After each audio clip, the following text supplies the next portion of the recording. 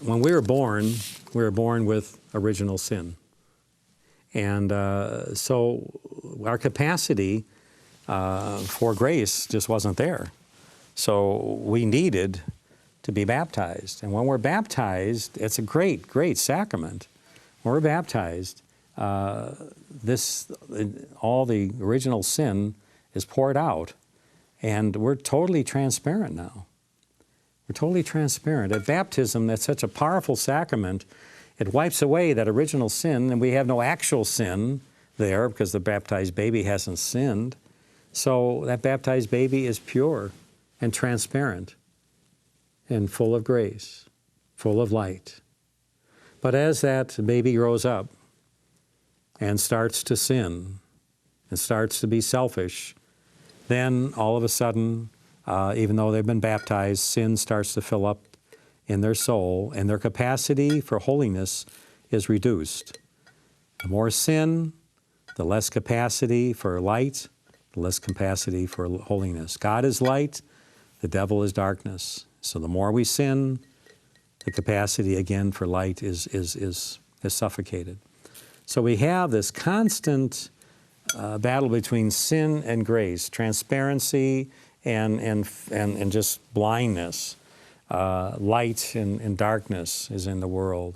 And as we grow in our capacity for grace, and we can only grow in our capacity for grace if we stretch out of the one that we're in. So you fill, let's say you fill a rubber bag with water and you keep filling it. Well, that bag keeps getting bigger and bigger. It stretches so that it holds more grace. So that's why I have these I got to get rid of my props here. And I have this big jug, a smaller vase here, and a shot glass and a thimble. And we have 3 capacities for grace. And when we die, our capacity for grace is going to be locked for all eternity. And the only way we can grow in our capacity is by growing in grace. And then God makes our container larger, our ability to hold grace much bigger.